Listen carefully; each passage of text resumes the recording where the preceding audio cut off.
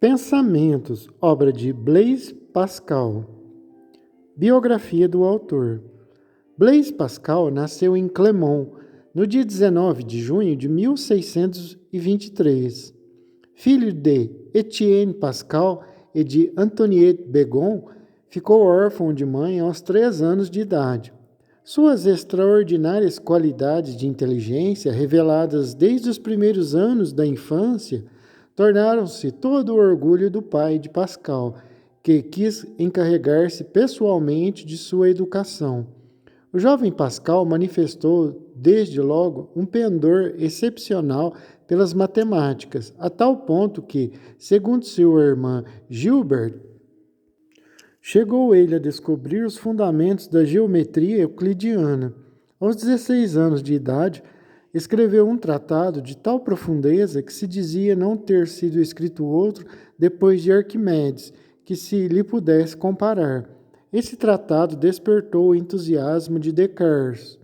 Enquanto isso, continuava Pascal seus estudos do latim e do grego, nos quais seu pai o havia iniciado e, nos intervalos, dedicava-se também à lógica, à física, à filosofia.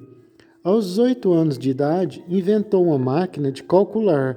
Aos 23, já era senhor de imenso cabedal científico, tendo descoberto várias leis sobre a densidade do ar, o equilíbrio dos líquidos, o triângulo aritmético, o cálculo das probabilidades, a prensa hidráulica, etc. Um dia, porém, na ponte de Neuilly, foi vítima de um acidente grave e começou a sofrer de alucinações, vendo aparecer sempre diante dele um abismo aberto para tragá-lo. Desde então, tornou-se profundamente religioso, renunciou a todos os seus conhecimentos e, passando a viver solitariamente, internado na abadia de Port-Royal, dedicou-se exclusivamente à defesa do cristianismo. Dá-se hoje o nome de abismo de Pascal a dificuldades que certos problemas sociais ou morais oferecem em sua elucidação. A expressão grão de areia de Pascal encontra explicação na seguinte passagem desta obra. Cromwell teria destruído toda a cristandade, a família real se teria perdido e sua se tornado poderosa como nunca, se não fosse um pequeno grão de areia que se introduzira em sua uretra. E até Roma teria tremido sobre o seu domínio se essa areiazinha, que não valia nada em outro lugar, introduzindo-se ali, não o tivesse matado, derrubando sua família e restabelecendo o rei. Assim, com aquela locução, se exprime a ideia de que pequenas causas podem acarretar grandes efeitos. Locução. Toda a vida de Pascal é tida como um grande exemplo de sofrimento resignado e de piedade. Morreu com 39 anos no dia 19 de agosto de 1662. Contra a indiferença dos ateus. Saibam, ao menos, que religião combatem, antes de combatê-la. Se essa religião se gabasse de ter uma visão clara de Deus e de possuí-lo com clareza e sem véu, seria combatê-la dizer que não se vê nada no mundo que a morte com tal evidência. Mas, como afirma, ao contrário, que os homens se acham nas trevas e afastados de Deus, que se oculta a seu conhecimento, sendo mesmo esse Deus abscônditos, o nome com que se apresenta nas Escrituras, em suma, se trabalha igualmente para estabelecer duas coisas. Que Deus estabeleceu na Igreja marcas sensíveis para ser reconhecido pelos que procurarem sinceramente e que, no entanto, as cobriu de tal forma que só será percebido pelos que o procurarem de todo o coração. Que proveito podem eles tirar quando, na negligência em que fazem profissão de estar procurando a verdade, exclamam não haver nada que mostre, de vez que essa obscuridade em que se encontram, que objetam a Igreja, não faz senão estabelecer uma das coisas que ela sustenta, sem tocar na outra, estabelecendo assim a sua doutrina em lugar de arrumá-la. Deve ter acontecido esse incidente com ele. Ele defende os princípios católicos, né? Mas não tem nada a ver. O que interessa aqui é os conhecimentos de Pascal, que foi um grandíssimo escritor, um filósofo. O que a religião que ele professava, isso é o de menos, não tem nada a ver. Eu sou espírita, né? Mas não tem nada a ver. O que importa são os seus conhecimentos. Eu acho que aconteceu esse acidente. Ele buscou na fé e ele estava tendo alucinações e ele sentiu uma cura ali na fé, por isso ele preferiu, porque cada um conhece onde aperta o calo, né? Só quem passa por uma depressão profunda, sabe? Eu acho que ele teve uma depressão. E quem passa por depressão profunda sabe como é ruim, como isso tira a alegria da gente. E ele foi na fé que ele se encontrou. Então, ele deve ter feito, com certeza, ele fez uma promessa para Deus: Senhor, me curar desses meus problemas, tal. Eu abdico da carreira dele ali, de um grande filósofo ali, praticamente um cientista, para se consagrar à fé. Se ele se sentiu bem assim, se foi o que curou ele, seus problemas, esses problemas que ele estava passando de alucinações, quem somos nós para julgar, né? Para combatê-la, Serleia precisa exclamar que fizeram todos os esforços em procurá-la por toda parte, mesmo naquilo que a Igreja propõe, com o fim de nela se instruírem, mas sem nenhuma satisfação. Se falassem do destino, combateriam, na verdade, uma das suas pretensões. Espero mostrar aqui, porém, que não há ninguém capaz de falar razoavelmente do destino. Ouso mesmo dizer que jamais alguém o fez. Sabe-se muito bem que, de maneira, agem os que têm esse intuito. Acreditam ter feito grandes esforços para instruírem-se, por terem empregado algumas horas na leitura de dois dos livros sagrados e por terem interrogado algum eclesiástico sobre as verdades da fé. Gabam-se depois de terem investigado em vão nos livros e entre os homens, mas na verdade não posso deixar de lhes dizer o que frequentemente tenho dito, que essa negligência é inadmissível. Não se trata, no caso do irrefletido interesse de um estranho, para assim proceder. Trata-se de nós próprios e de nosso todo. A imortalidade da alma é uma coisa que nos preocupa tanto, que tão profundamente nos toca, que é preciso ter perdido todo sentimento para permanecer indiferente diante dela. Todos os nossos pensamentos e ações devem tomar caminhos tão diferentes conforme se esperem ou não os bens eternos, que é impossível fazer uma pesquisa sensata e criteriosa sem ter em vista esse ponto que deve ser o nosso último objeto. Assim, o nosso primeiro interesse, o nosso primeiro dever é esclarecer bem o assunto do qual depende toda a nossa conduta. Eis porque, dentre os que não estão persuadidos disso, eu estabeleço uma extrema diferença entre os que trabalham com todas as suas forças para instruir-se a respeito e os que vivem sem se dar a esse trabalho e sem pensar nisso. Só posso ter compaixão dos que gemem sinceramente nessa dúvida, dos que a observam como a última das desgraças e dos que, sem nada poupar para sair dela, fazem de tal pesquisa as suas principais e mais sérias ocupações. Mas quanto aos que passam a vida sem pensar nesse último fim da existência, de forma que, por essa única razão, não descobre em si próprio as luzes que o persuadam, deixando de procurá-las em outra parte e de examinar a fundo se essa opinião é daquelas que o povo recebe com uma simplicidade crédula ou daquelas que, embora obscuras por natureza, possuem, contudo, um fundamento bastante sólido e inabalável. Eu os considero de maneira bem diferente. Tal negligência numa questão em que se trata da própria pessoa, da própria eternidade, do próprio todo, não me irrita mais do que enternece. Assombra-me e espanta-me, sendo para mim uma monstruosidade.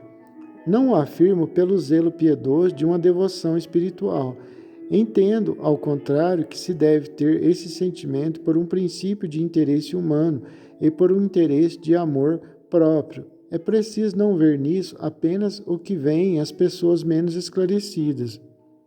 É preciso ter a alma muito elevada para compreender que não há aí satisfação verdadeira e sólida, que todos os nossos prazeres não passam de vaidade, que os nossos males são infinitos, que, finalmente, a morte que nos ameaça a cada instante deve colocar-nos infalivelmente, dentro de poucos anos, na terrível necessidade de sermos eternos ou aniquilados ou infelizes. Nada mais real nem mais terrível do que isso.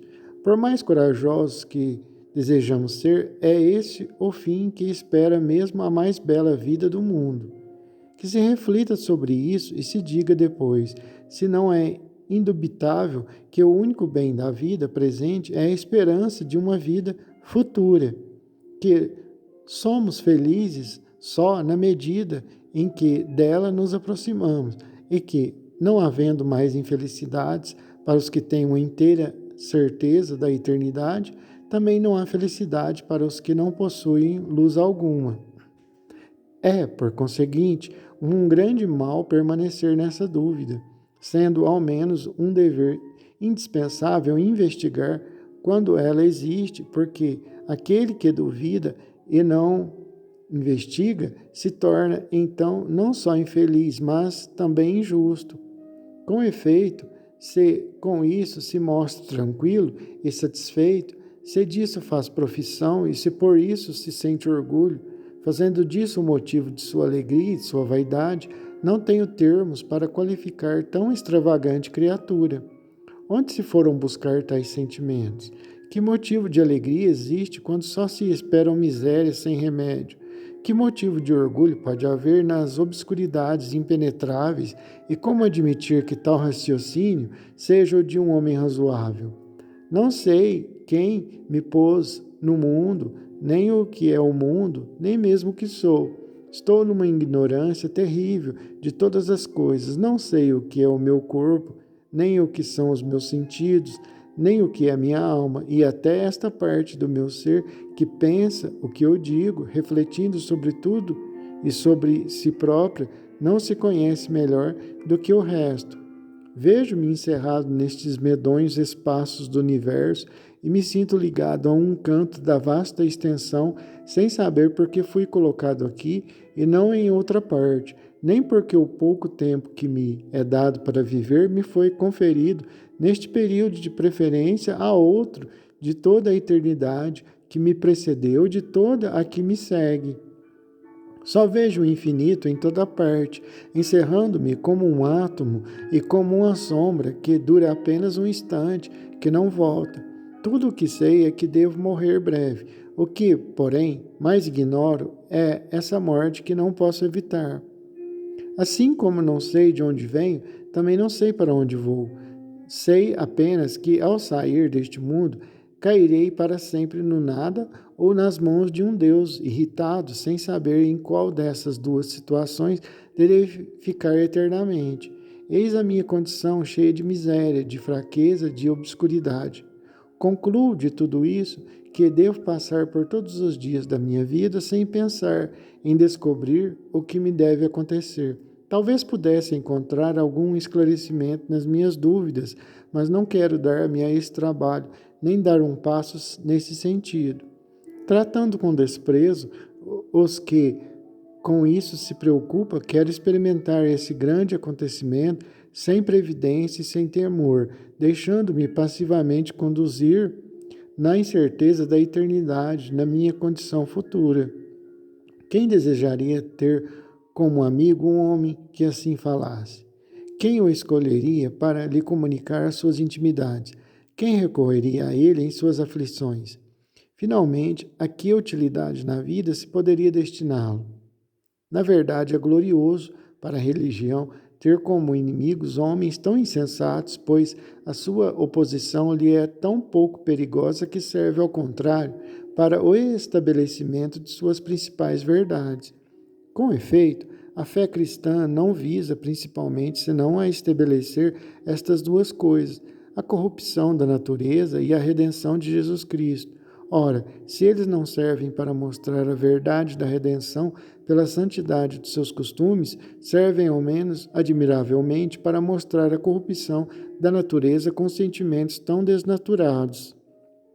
Nada é tão importante para o homem como a sua condição, e nada lhe é tão temível como a eternidade. Por conseguinte, se acham homens indiferentes à perda do próprio ser, ao perigo de uma eternidade de misérias, isso não é natural. Procedem de modo inteiramente diverso em relação a todas as outras coisas. Temem até as mais insignificantes, e as preveem e as sentem. O mesmo homem que passa tantos dias e tantas noites cheio de cólera e de desespero por ter perdido um cargo, ou por alguma ofensa imaginária à sua honra, sabe também que vai perder tudo com a morte, sem que por isso se inquiete ou se comova. É uma coisa monstruosa, difícil de entender. No mesmo coração e ao mesmo tempo, essa sensibilidade pelas menores coisas e essa estranha insensibilidade pelas maiores. É um encantamento incompreensível e um adormecimento sobrenatural, marcando uma força todo-poderosa que os causa. É preciso haver um estranho abalo na natureza do homem para que possa vangloriar-se de se achar nesse estado em que parece incrível que uma só pessoa possa estar. No entanto, a experiência me faz ver tão grande número delas que seria de nos surpreendermos se não soubéssemos que quase todas fingem ser assim e que, na realidade, não o são. São pessoas que ouviram dizer que as belas maneiras do mundo consistem em fazer-se de louco. É o que chamam ter sacudido o jugo e o que experimentam imitar. Mas não seria difícil explicar-lhes quanto se arriscam quando dessa forma procuram a estima. Não é esse o meio de granjeá-la, mesmo quando se trata de pessoas que julgam sensatamente as coisas que sabem que o único caminho para triunfar é aparentar honestidade, fidelidade, critério e capacidade de bem servir o amigo, de vez que os homens só gostam naturalmente dos que lhe possa ser útil.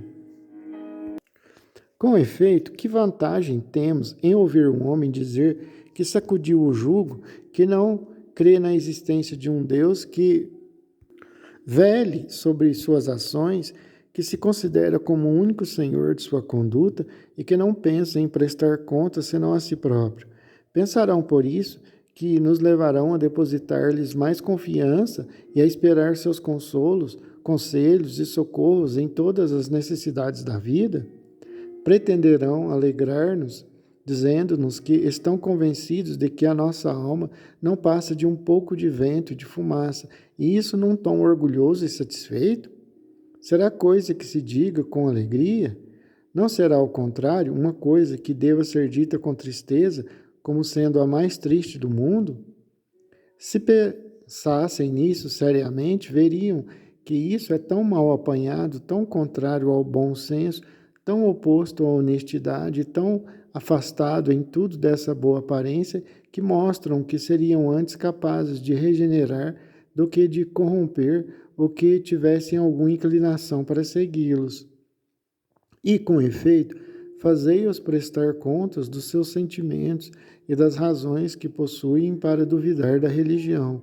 Dirão coisas tão frívolas e tão baixas que vos persuadirão do contrário.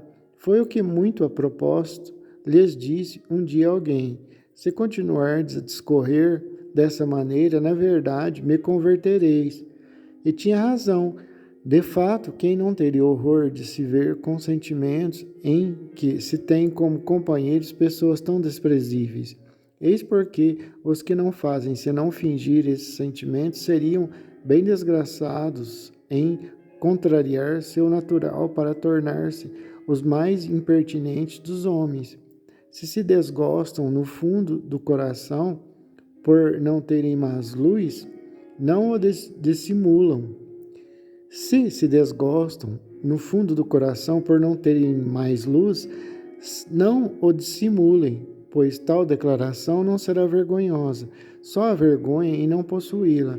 Nada acusa tanto uma extrema fraqueza de espírito como não conhecer qual é a desgraça de um homem sem Deus. Nada marca tanto uma disposição má de sentimentos como não desejar a verdade das promessas eternas. Nada é mais covarde do que mostrar valentia contra Deus. Deixem, pois, essas impiedades para os que são de índole bastante má para serem verdadeiramente capazes disso.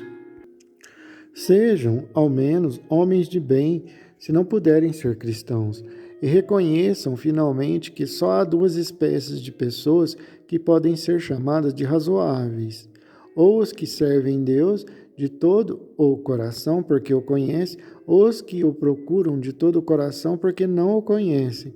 Mas quanto aos que vivem sem conhecê-lo e sem procurá-lo, estes se julgam tão pouco dignos do seu próprio cuidado, que não são dignos do cuidado dos outros, sendo preciso ter toda a caridade da religião que eles desprezam para não os desprezar até abandoná-los em sua loucura.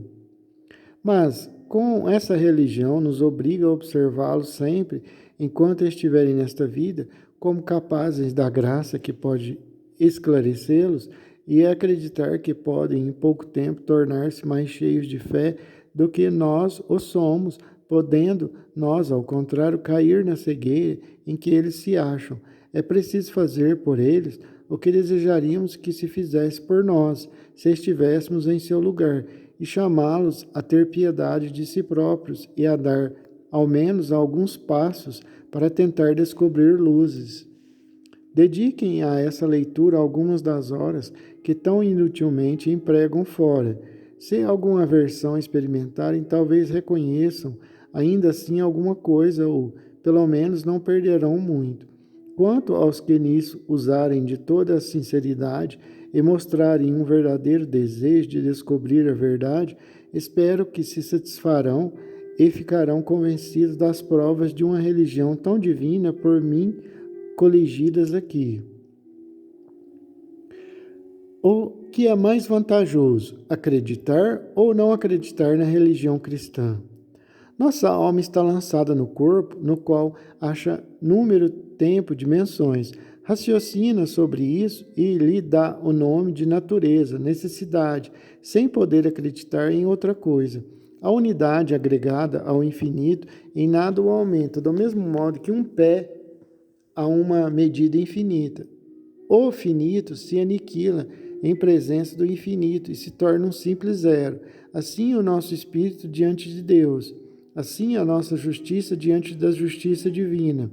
Não há tão grande desproporção entre a nossa justiça e a de Deus como entre a unidade e o infinito. É preciso que a justiça de Deus seja enorme com a sua misericórdia. Ora, a justiça para com os réprobos é menos enorme e deve aliviar menos do que a misericórdia para com os eleitos. Sabemos que há um infinito e ignoramos a sua natureza, assim como sabemos que é falso que os números sejam finitos. É, pois, verdade que há um infinito em números, mas não sabemos o que ele é. É falso que seja par, é falso que seja ímpar, porque, acrescentando-lhe a unidade, ele não muda de natureza. No entanto, é um número e todo número é par ou ímpar. Isso é verdadeiro para todos os números finitos. Pode-se, pois, saber que existe um Deus sem saber o que ele é. Conhecemos, pois, a existência e a natureza do finito, porque somos finitos e extensos como ele. Conhecemos a existência do infinito e ignoramos sua natureza, porque ele tem extensão como nós, mas não tem limites como nós. Não conhecemos, porém, nem a existência nem a natureza de Deus, porque ele não tem extensão nem limites. Mas pela fé conhecemos sua existência. Pela glória conheceremos sua natureza. Ora, já mostrei que não se pode conhecer bem a existência de uma coisa sem conhecer a sua natureza. Falemos agora segundo as luzes naturais. Se há um Deus, ele é infinitamente incompreensível, de vez que não tendo nem partes nem limites, nenhuma relação possui conosco. Somos, pois, incapazes de conhecer não só o que ele é, como também se ele é. Assim sendo, quem ousará empreender resolver essa questão? Não somos nós, que nenhuma relação temos com ele. Quem, pois, censurará os cristãos por não poderem dar satisfação de sua crença? Eles que professam uma religião de que não podem dar satisfação. Expondo-a ao mundo, eles declaram que isso é uma tolice. Estutitiam. No entanto, vós vos lastimais, porque eles não aprovam. Se aprovassem, faltariam a sua palavra. É por não terem provas que não lhes falta o senso. Sim, mas, embora isso, excuse os que assim a oferecem e os livres da censura de produzi-la sem razão. Não excusa os que a recebem. Examinaremos, pois, esse ponto e digamos: Deus é ou não é? Mas para que lado penderemos? A razão nada pode determinar aí. Há um caos infinito que nos separa. Na extremidade dessa distância infinita joga-se cara ou coroa. Que apostareis? Pela razão, não podeis fazer nenhuma nem outra coisa. Pela razão, não podeis defender nenhuma nem outra coisa. Não acuseis, pois, de falsidade os que fizeram uma escolha, pois nada sabeis disso. Não, mas eu os acusarei de terem feito não essa escolha, mas uma escolha, porque, embora o que prefere coroa e o outro estejam igualmente em falta, ambos estão em falta. O justo é não apostar. Sim, mas é preciso apostar. Isso não é voluntário, pois sois obrigados a isso. E apostar que Deus é apostar que ele não é. Que tomareis, pois? Vejamos, já que é preciso escolher, vejamos o que menos nos interessa.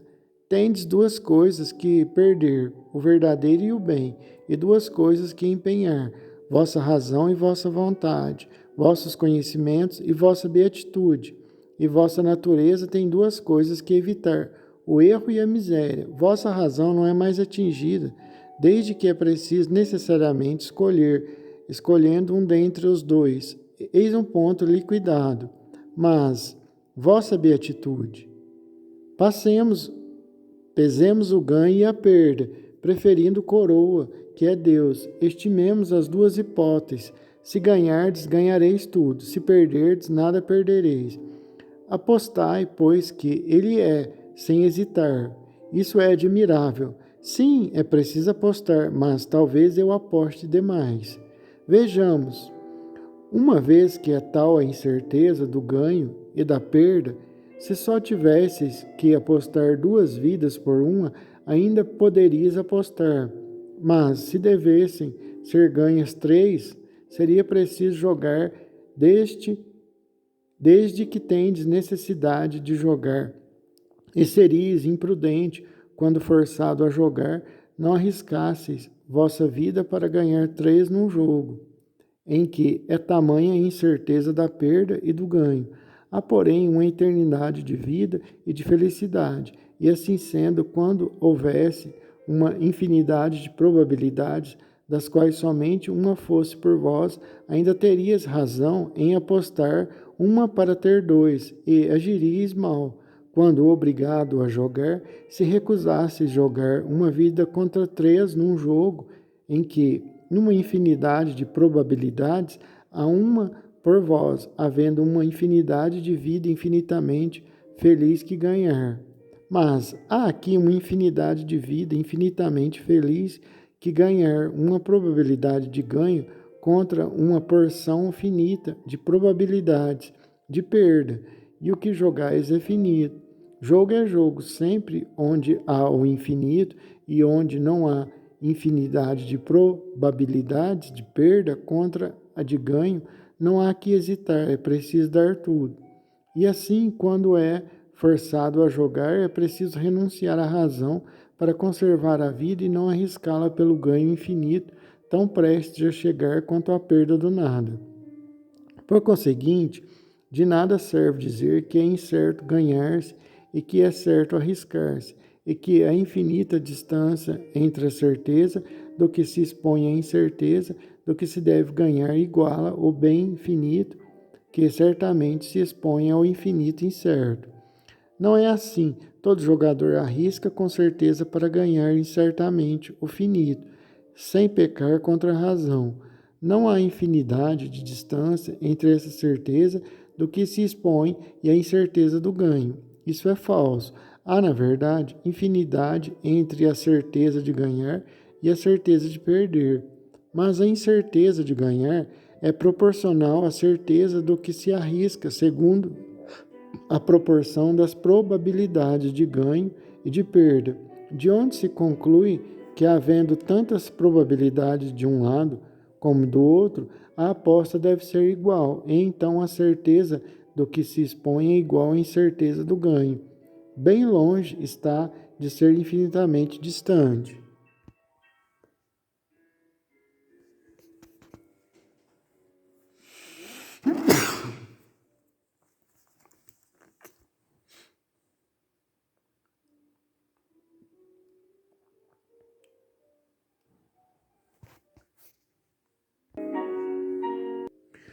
E estes, se nunca tivessem ouvido falar da religião de um Deus humilhado, a abraçariam incontinenti. Nenhuma outra religião, a não ser a cristã, conheceu que o homem é a mais excelente criatura e, ao mesmo tempo, a mais miserável. Uns que conheceram bem a realidade de sua excelência adquiriram, por covardia e por ingratidão, os sentimentos baixos que os homens naturalmente têm em si mesmos, e outros que conheceram bem quanto essa baixeza é efetiva, trataram com uma soberba ridícula esses sentimentos de grandeza que são tão naturais no homem. Nenhuma religião, a não ser a nossa, ensinou que o homem nasce com o pecado. Nenhuma seita filosófica o diz, portanto, nenhuma disse a verdade. Se só houvesse uma religião, Deus estaria nela bem manifesto. Se só houvesse mártires, na nossa religião também. Entretanto, Deus oculto, toda religião que não diz que Deus está oculto não é verdadeira, e toda religião que a isso não faz referência não é instrutiva. A nossa faz tudo isso. Vere tu és Deus, o abscônditos. Essa religião, que consiste em crer que o homem desceu de um estado de glória e de comunicação com Deus a um estado de tristeza, de penitência e de afastamento de Deus, mas que depois desta vida seremos restabelecidos por um Messias que deve vir, sempre existiu sobre a terra. Todas as coisas passaram, subsistindo aquela para a qual todas as coisas existem. Os homens, na primeira idade do mundo, foram arrastados a toda sorte de desordens, embora houvessem santos como Enoque, Lameque e outros, que esperavam pacientemente o Cristo prometido desde o começo do mundo. Noé viu a malícia dos homens no mais alto grau e mereceu salvar o mundo em sua pessoa pela esperança do Messias, do qual foi ele a figura.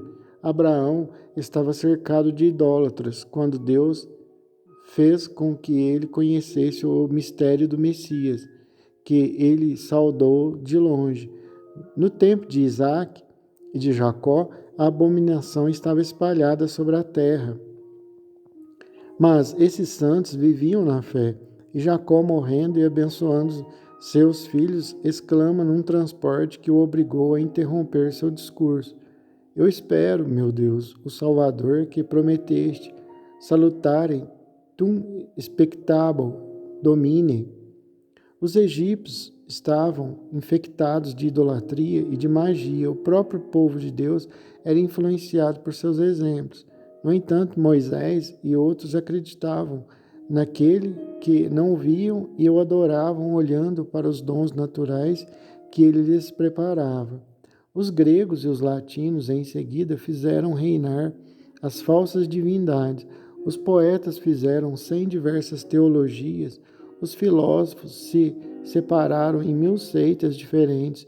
No entanto, havia sempre, no coração da Judéia, homens escolhidos que presidiam a vinda de um Messias que só por eles era conhecido.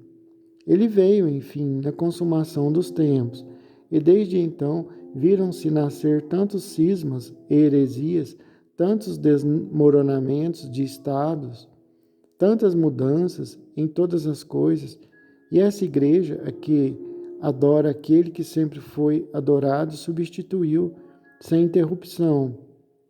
E essa igreja que sempre, recapitulando, e essa igreja que adora aquele que sempre foi adorado, subsistiu sem interrupção.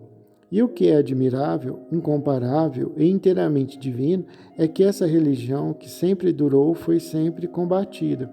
1000 vezes esteve na iminência de uma destruição universal, e todas as vezes que se achou nesse estado, Deus tornou a levantá-la com golpes extraordinários de potência.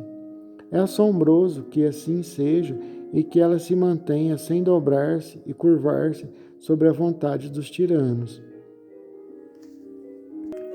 Os estados pereceriam se não fizessem com que as leis se submetessem frequentemente à necessidade. A religião, porém, nunca sofreu isso, nunca usou disso. São necessários ou esses acomodamentos ou milagres. Não é de estranhar que nos conservemos submissos, e isso não é propriamente manter-se, e ainda pereçam eles, enfim, inteiramente. Não há o que tenha durado 1500 anos, mas que essa religião se mantenha sempre inflexível, isso é divino. Haveria obscuridade demais se a verdade não tivesse marcas visíveis. É admirável de se ter conservado sempre numa igreja, aí numa assembleia visível. Haveria claridade demais se só houvesse um sentimento nessa igreja. Mas para reconhecer o que é verdadeiro, basta ver o que sempre existiu. Com efeito, é certo que o verdadeiro sempre existiu e que nenhuma falsidade existiu sempre. Assim, o Messias foi sempre acreditado. A tradição de Adão era ainda nova em Noé e em Moisés. Os profetas o predisseram depois, predizendo sempre outras coisas, cuja realização, verificando-se periodicamente entre os homens, assinalava a verdade de sua missão e, por conseguinte, a de suas promessas em relação ao Messias. Todos eles disseram que a lei que possuíam só gorava enquanto esperavam a do Messias e que então ela seria perpétua, mas que a outra dura eternamente, que por isso a sua lei e a do Messias, da qual era ela a promessa, existiriam sempre sob a terra. Com efeito, ela durou sempre, e Jesus Cristo veio em todas as circunstâncias preditas. Jesus Cristo fez milagres, assim como os apóstolos que converteram todos os pagãos. E assim, realizando-se todas as profecias, o Messias está provado para sempre. Vejo várias religiões contrárias, mas todas falsas, exceto uma. Cada qual quer ser acreditada por sua própria autoridade e ameaça os incrédulos. Não creio nelas. Todos podem dizer isso, todos podem dizer-se profetas. Vejo, porém, a religião cristã, na qual encontro profecias, e é o que nem todos podem fazer. A única religião contrária à natureza, no estado em que ela se acha, que combate todos os nossos prazeres e que, à primeira vista, parece contrária ao senso comum, é a única que sempre existiu. Toda a conduta das coisas deve ter por objeto o estabelecimento e a grandeza da religião.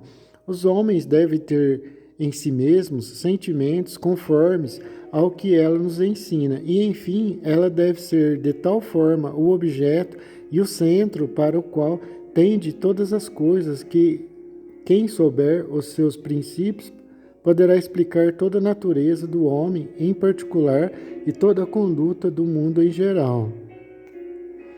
E sobre esse fundamento, eles, os ímpios, tomam pé para blasfemar a religião cristã, porque a conhecem mal. Imaginam que ela consiste simplesmente na adoração de um Deus considerado como grande, poderoso e eterno, o que é propriamente o deísmo, quase tão afastado da religião cristã quanto o ateísmo, que lhe é totalmente contrário. E daí conclui que não veem que todas as coisas concorrem para o estabelecimento deste ponto, que Deus não se manifesta aos homens com toda a evidência que lhe seria possível, mas que daí concluam o que quiserem contra o deísmo, nada concluirão contra a religião cristã, que consiste propriamente no mistério do Redentor, o qual, unindo em si as duas naturezas, divina e humana, retirou os homens da corrupção do pecado para reconciliá-los com Deus em sua pessoa divina. Ela ensina, pois, a todos os homens estas duas verdades, que há um Deus de que os homens são capazes e que há uma corrupção na natureza que os torne indignos dele. Importa, igualmente, que os homens conheçam esses dois pontos, e é igualmente perigoso que o homem conheça Deus sem conhecer sua miséria, e conheça sua miséria sem conhecer o Redentor que pode curá-lo dela. Um só desses conhecimentos faz o orgulho dos filósofos que conheceram Deus e não sua miséria, ou o desespero dos ateus que conhecem sua miséria sem Redentor. E, assim como é igualmente da necessidade do homem conhecer esses dois pontos, é também igualmente da misericórdia de Deus fazer com que os conheçamos. A religião cristã o faz, é nisso que ela consiste. Examine-se a ordem do mundo sobre isso e veja-se se todas as coisas não tendem ao estabelecimento dos dois chefes dessa religião. Quem não se reconhece cheio de soberba, de ambição, de concupiscência, de fraqueza, de miséria e de injustiça, é bastante cego. E quem assim se reconhecendo não deseja recuperar-se, que se pode dizer de um homem tão pouco razoável? Que é, pois, que se pode ter senão estima por uma religião que conhece tão bem os defeitos do homem e, senão desejo pela verdade de uma religião que para isso promete remédios tão desejáveis? Verdadeira religião provada pelas contrariedades existentes no homem e pelo pecado original. As grandezas e as misérias do homem são de tal modo visíveis que é preciso necessariamente que a verdadeira religião nos ensine e que haja no homem um grande princípio de grandeza e um grande princípio de miséria. O Espiritismo não defende a ideia do pecado original e outras coisas que o Blaise Pascal fala, que ele acreditava e tal. Mas isso aí é o de menos. O que importa é que ele era um sábio. O que importa é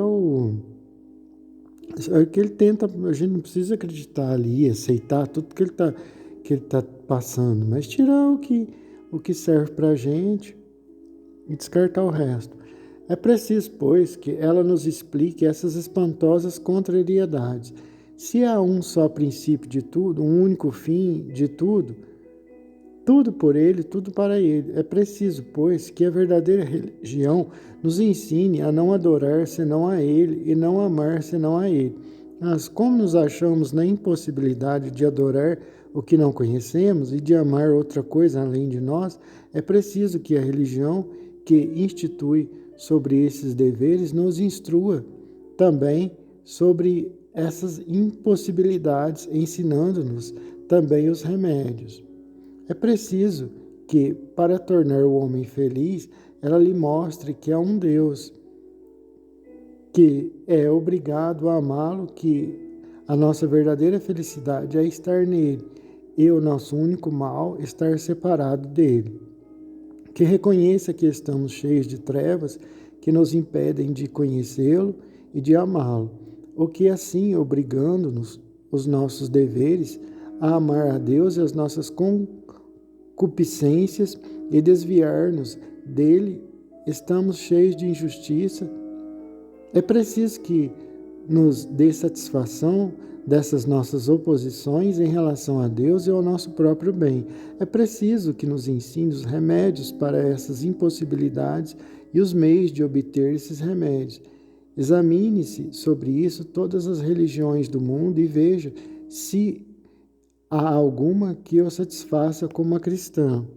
Serão os filósofos que nos propõem como todo bem os bens que estão em nós? Será esse o verdadeiro bem? Descobriram eles o remédio para os nossos males? Será curar a presunção do homem igualá-lo a Deus? Os que nos igualaram às feras e os maometanos que nos deram como tudo bem os prazeres da terra, até mesmo na eternidade, trouxeram o remédio para as nossas concupiscências,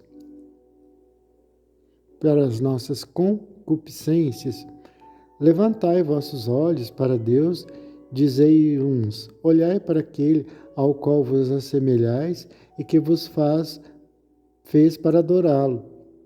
Podei tornar-vos semelhante a ele, a sabedoria vos igualará a ele, se quiserdes segui-lo. Dizem outros, baixai vossos olhos para a terra, mísero verme que sois, e olhai para as feras, das quais sois o companheiro. Que se tornará, pois, o homem? Será ele igual a Deus ou aos animais? Que espantosa distância! Que seremos, pois? Quem não vê, por tudo isso, que o homem está afastado, que caiu do seu lugar, que o procura com inquietude, que não pode mais tornar a encontrá-lo? E quem então tornará a pô-lo de pé? Os maiores homens não o conseguiram. Que religião, pois, nos ensinará a curar o orgulho e a concupiscência? Que religião, enfim, nos ensinará o nosso bem, os nossos deveres, as fraquezas que nos desviam, a causa dessas fraquezas, os remédios que podem curá-las e o meio de obter esses remédios? Todas as outras religiões não o conseguiram. Vejamos o que fará a sabedoria de Deus que nos fala na religião cristã. É em vão os homens que procurais em vós mesmos o remédio para as vossas misérias. Todas as vossas luzes só podem chegar a conhecer que não é em vós mesmos que descobrireis a verdade e o bem. Os filósofos o prometeram, mas não puderam fazê-lo. Eles não sabem nem qual é o vosso verdadeiro bem, nem qual é o vosso verdadeiro estado. Como poderiam dar remédio aos vossos males, se nem ao menos o conheceram?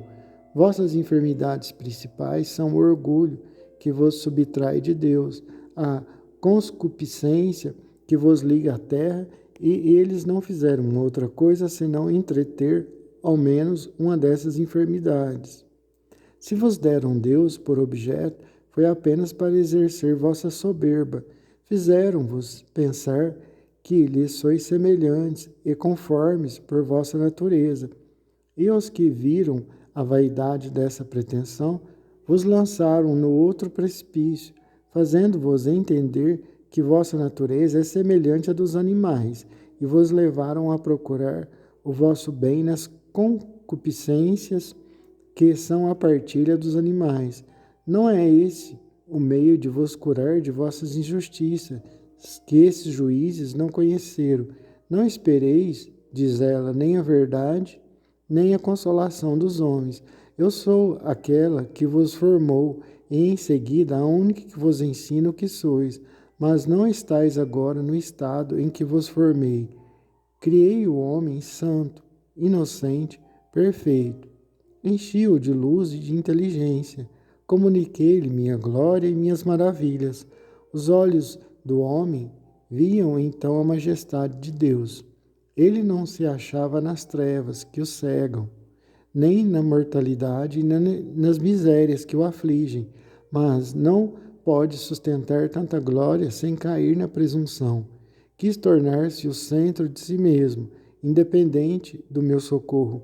Subtraiu-se ao meu domínio igualando-se a mim pelo desejo de encontrar a sua felicidade em si mesmo. Abandonei-o, revoltando as criaturas que lhe estavam submetidas, tornei-as suas inimigas, de maneira que hoje o homem se tornou semelhante aos animais, e num tal afastamento de mim que apenas lhe resta uma luz confusa do seu autor, de tal forma que extinguiram ou perturbaram todos os seus conhecimentos. Os sentidos independentes da razão e muitas vezes senhor da razão levam-no à procura dos prazeres. Todas as criaturas que afligem ou tentam e dominam sobre ele, o submetendo-o pela força ou encantando-o com suas doçuras, o que é um domínio mais terrível e mais impiedoso. Eis o estado em que os homens estão hoje. Resta-lhes algum instinto poderoso da felicidade, de sua primeira natureza, e eles estão mergulhados nas misérias de sua cegueira e de sua concupiscência, que se tornou sua segunda natureza. Por esse princípio que vos revelo, podeis reconhecer a causa de tantas contrariedades que assombraram todos os homens e que os dividiram em sentimentos tão diferentes. Observai agora todos os movimentos de grandeza e de glória que a experiência de tantas misérias não pode refrear, e vede se não é preciso que a causa disto esteja em outra natureza. Coisa assombrosa, no entanto, que o mistério mais distanciado do nosso conhecimento, que é o da transmissão do pecado original, seja uma coisa sem a qual não podemos ter nenhum conhecimento de nós mesmos. Sem dúvida, não há nada que choque mais a nossa razão do que dizer que o pecado do primeiro homem tornou culpáveis os que, estando tão afastados dessa fonte, parecem incapazes de participar dele. Essa emanação não nos parece somente impossível, mas nos parece até injustíssima. Com efeito, que há de mais contrário às regras da nossa miserável justiça do que danar eternamente uma criatura incapaz de vontade por um pecado em que parece ter tido tão pouca parte que cometeu 6.000 anos antes de sua existência? Certamente nada nos choca mais rudemente do que essa doutrina. No entanto, sem esse mistério, que é o mais incompreensível de todos, somos incompreensíveis a nós mesmos. O nó da nossa condição toma suas voltas e pregas nesse abismo, de sorte que o homem é mais inconcebível sem esse mistério do que esse mistério inconcebível ao homem. O pecado original é uma loucura diante dos homens, mas é dado como tal. Não deveis, pois, censurar de falta de razão essa doutrina, uma vez que a dou como não tendo razão, mas essa loucura é mais sábia do que toda a sabedoria dos homens. Com efeito, sem isso, que se dirá que é o homem? Todo o seu estado depende desse ponto imperceptível. E, como se apercebeu disso, de vez que é uma coisa acima de sua razão, e que sua razão, bem longe de investigar por suas vias, afasta-se quando ela se lhe apresenta. Revelados esses dois estados de corrupção, é impossível que não os reconheçais. Segui vossos movimentos, observai-vos intimamente e vede se não descobrireis aí os caracteres vivos dessas duas naturezas. Tantas contradições se achariam num sujeito simples. Esta duplicidade do homem é tão visível que aos que pensaram que temos duas almas, um sujeito simples, parecendo-lhes incapaz de tais e tão súbitas variedades, de uma presunção desmedida a um horrível abatimento de ânimo.